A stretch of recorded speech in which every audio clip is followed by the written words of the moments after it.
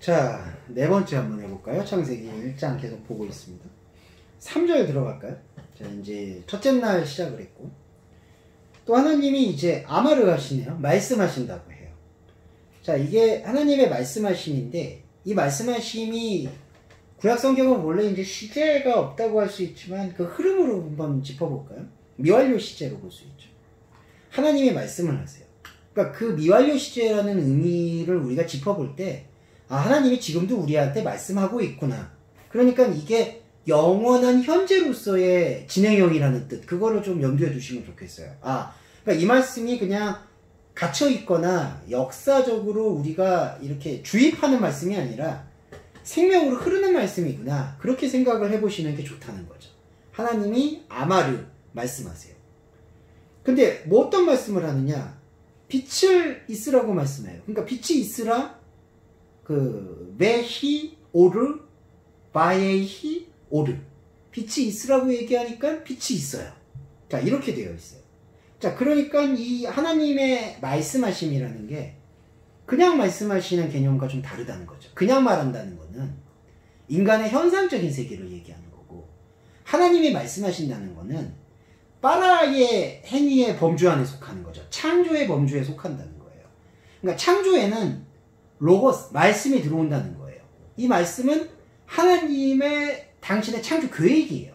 그러니까 이 하나님의 아마르 말씀이라는 것은 그 말씀이 들려지게 되는 우리한테는, 우리는 말씀을 현상적으로만 지금 들으시는 거잖아요. 제가 말씀드렸고 여러분이 혹시 들으시죠? 그러면 그냥 아, 저 사람이 주원규가 말을 하는구나 이거잖아요. 그런데 자, 여기서 텍스트로서의 하나님이 빠라 창조 행위로서 말씀을 꺼내셨을 때는 현상적으로 들렸지만, 이 말씀은 현상적인 것과 영적인 것을 통합해서 들려온다는 거죠.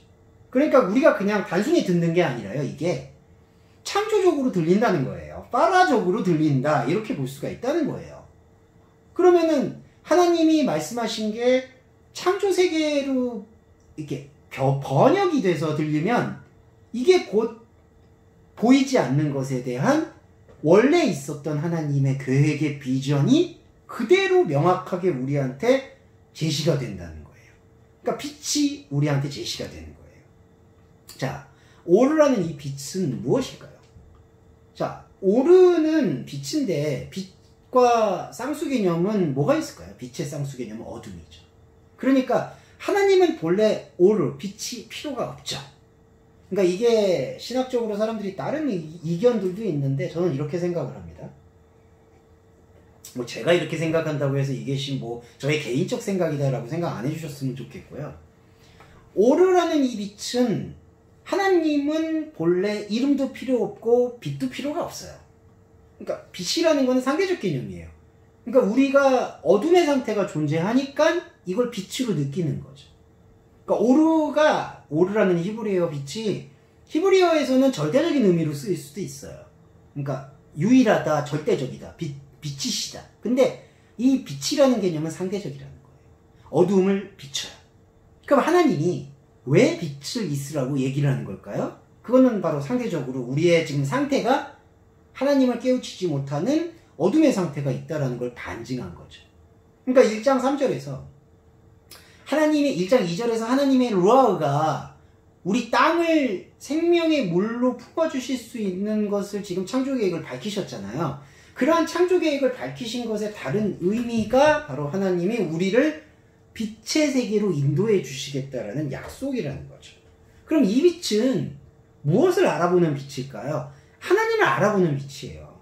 그러니까 하나님이 말씀을 하셨다는 건요, 하나님이 자기를 드러냈다는 뜻이 되는 거예요. 빛이 있어라? 빛이 있었고.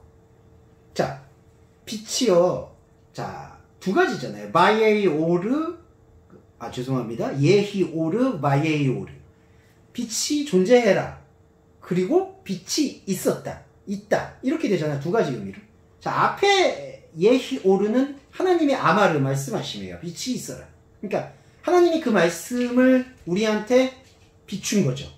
나는 빛이다. 나는 너희들의 어두움과 모르는 것에, 그리고 무가치한 것에 사로잡혀 있는 것을 일깨워주는 아마르 말씀하십니다. 근데 그 전자에 말하는 예히 오르, 빛이 있으라, 이거를 우리가 받아들이거나 이 행위, 지금 저와 여러분이 듣고 있고 함께하는 게 예배 행위잖아요. 이 예배 행위를 통해서 이 말씀을 인지하지 못하면은 뭐죠? 빛이 있어라가? 그게 어두움에 사로잡혀 있는 거예요. 근데 지금 저희가 만약에 이 예히 오르, 빛이 있으라는 의미를 깨우침으로 듣고 받아들이죠? 그러면 어떻게 될까요? 우리 안에 마예히 오르, 실제로 빛의 존재가 성립이 되는 거예요. 그래서 이 두 가지 의미는 하나님의 빛이 있으라는 것은 하나님의 원래 말씀하심이고, 그러니까 이건 하나님의 자신만의 일방적 계획이고, 두 번째 마예히 오르는 빛이 있게 됐다라는 것은 이 하나님의 창조 계획인 빛을 받아들이는 우리. 그래서 이 모든 게 지금 짝을 이루고 있는 거지. 빛이 있어라, 빛이 있었고. 그러니까 첫 번째 말하는 건 하나님께서 원래부터 갖고 있는 빛의 계획. 그리고 그 다음에 들어오게 되는 빛은 우리의 그 말씀을 수용한 우리의 빛의 상태. 그걸 말을 하는 거예요. 그게 1장 3절입니다. 자, 그리고 4절 볼게요. 하나님이 이제 라를 하세요. 라. 그게 이제 바에라 엘로힘 에트 하오르 키토브. 여기까지가 이제 문장 하나 되겠죠? 하나님이 그 빛을 보니 키토브, 좋았다. 이렇게 얘기를 해요. 자, 이제부터 중요해지는 건데, 하나님이 봐요. 라. 자, 하나님이 보는 거는 어떻게 되는 거죠? 자, 처음에는 1장 2절에서 3절에서는 아마르, 말을 했죠. 말씀하시죠. 그 다음에 봐요. 자, 이게 뭐냐? 하나님의 순차적인 계획인 거예요. 하나님 먼저 말씀을 해요. 그리고 말씀을 듣고자 하는 수용자인 우리를 봐요. 그 빛을 봐요. 근데 만약에 우리가 그 빛에 대한 일깨움과 생명의 눈을 뜨면 하나님이 우리를 보는 거죠. 근데 하나님이 그 빛을 봤다는 것은 그 빛이 빛으로서 기능을 했다는 얘기잖아요. 근데 만약에 우리가 어둠 속에 사로잡힌 채 이 말씀의 시간과 말씀의 예배에 전혀 노출이 되지 않고 관심도 없다면 그 빛은 빛이 아닌 거죠. 그러니까 하나님 계획 속에서는 빛이지만 우리한테는 그게 빛이 아닌 거예요. 그러면 하나님도 못 봐요. 그러니까 4절에서 하나님이 그 빛을 보았다라는 거는 그 빛이 오르 곧 빛으로서의 역할을 시작했다는 거예요. 하나님이 그러니까 그 빛을 볼 수가 있는 거죠. 본다라는 게 또 중요한 건요, 이게 그냥 시각적으로 보는 것만이 아니에요. 이게 좀 표현이 죄송한데 라라는 단어는요, 본다, 안다 이런 뜻이라서요. 그 히브리어 야다라는 히브리어도 유사한데 관계를 맺는다는 뜻도 있어요. 그 관계 안에는 뭐 성관계라는 뜻도, 섹스라는 것도 포함이 되겠지만 또 하나는 깊이 알게 된다, 깊은 사귐을 갖는다 이런 뜻도 있는 거죠. 그러니까 하나님이 본다는 거는 그냥 시각적으로 보는 게 아니라 관계로서 이제 관계의 밀접함을 느끼신다는 뜻이에요. 그러니까 그분이 나를 느끼는 거고 내가 그분을 느끼는 거예요. 그럼 나는 지금 어디 있죠? 그 빛이에요. 그런데 그 빛이 지금 내가 빛으로서 드러난 그 지금 상태잖아요. 그럼 나란 존재를 하나님이 나란 존재를 알아볼 수 있도록 드러낼 수 있는 그 결정적인 작동이 뭘까요? 아마르잖아요. 하나님 말씀하신 거잖아요. 근데 여러분, 말씀이 뭐죠? 그리스도예요. 그러니까 우리가 말씀을 어떻게 이해합니까? 라고 했을 때 하나님이 이 말씀을 완전히 구체적으로 이끌어내시는 게 예수 그리스도잖아요. 그게 그리스도론이에요. 그래서 하나님이 그 빛을 보니까 토부였더라, 좋았더라 이렇게 얘기하는 건 선하다는 뜻이거든요. 이 토부가 선하다. 근데 이 선하다라는 뜻이 형용사로 쓰이긴 했지만 형용사의 의미나 동사의 의미만으로 이게 풀이될 것이 아니에요. 이건 존재론이에요. 그러면 토부라는 건 뭐냐? 선하다라는 뜻은 그냥 선한 사람입니다 이런 게 아니라 하나님의 기준을 얘기하는 거예요. 선하다, 의롭다 이런 게 거의 동일한 언어군으로 생각하시면 돼요. 그러면 하나님이 볼 때 선한 하나님의 기준은 뭘까요? 바로 그리스도라는 거죠. 하나님이 자신의 계획을 온전히 담아낸 유일성이 바로 그리스도 예수죠. 그 그리스도가 그 빛이라는 거예요. 근데 아까 제가 방금 전 뭐라고 말씀드렸죠? 그 빛이 나라고 말씀드렸죠. 왜 그럴까요? 그리스도인 하늘은 1장 1절로 넘어갈게요. 그리스도인 하늘은, 예수 그리스도인 하늘은 쌍수이기 때문에 우리 안으로 들어와서 우리 안에서 우리 어둠을 깨우쳐주는 빛의 역할을 해주시는 거예요. 그리고 그분은 하나님의 미랄이 돼서 우리 안에서 내가 그리스도 예수를 통해서 빛의 능력과 역할과 기능을 맛보게 되죠. 그러면 그리스도는 내 안으로 완전히 흡수가 된다라는 개념이에요. 그래서 제가 두 가지를 말씀드린 거죠. 그 빛은 나와 여러분이에요. 그런데 동시에 그리스도예요. 하나님이 그 빛을 보시기에 좋았다.